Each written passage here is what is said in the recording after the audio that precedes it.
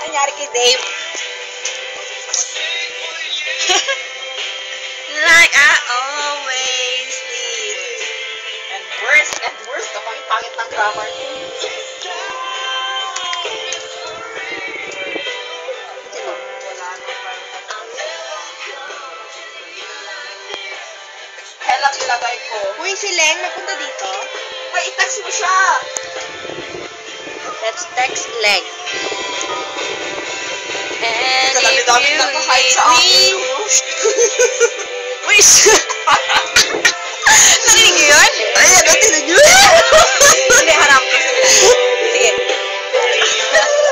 Bawal pakita. Baka iyak ako agad na nabibasok sa kwarto tapos pala hindi pa natapos and worse mo pa wala na para tapusin ang author home. Bakit ganun? Tama na.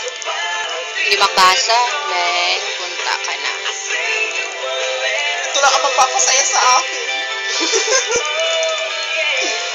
Dito na, Dave. Uy, grabe! Nagbalik na ang wifi sa bahay! Dito ka pa. Busit ka man. Sino nga i-text natin?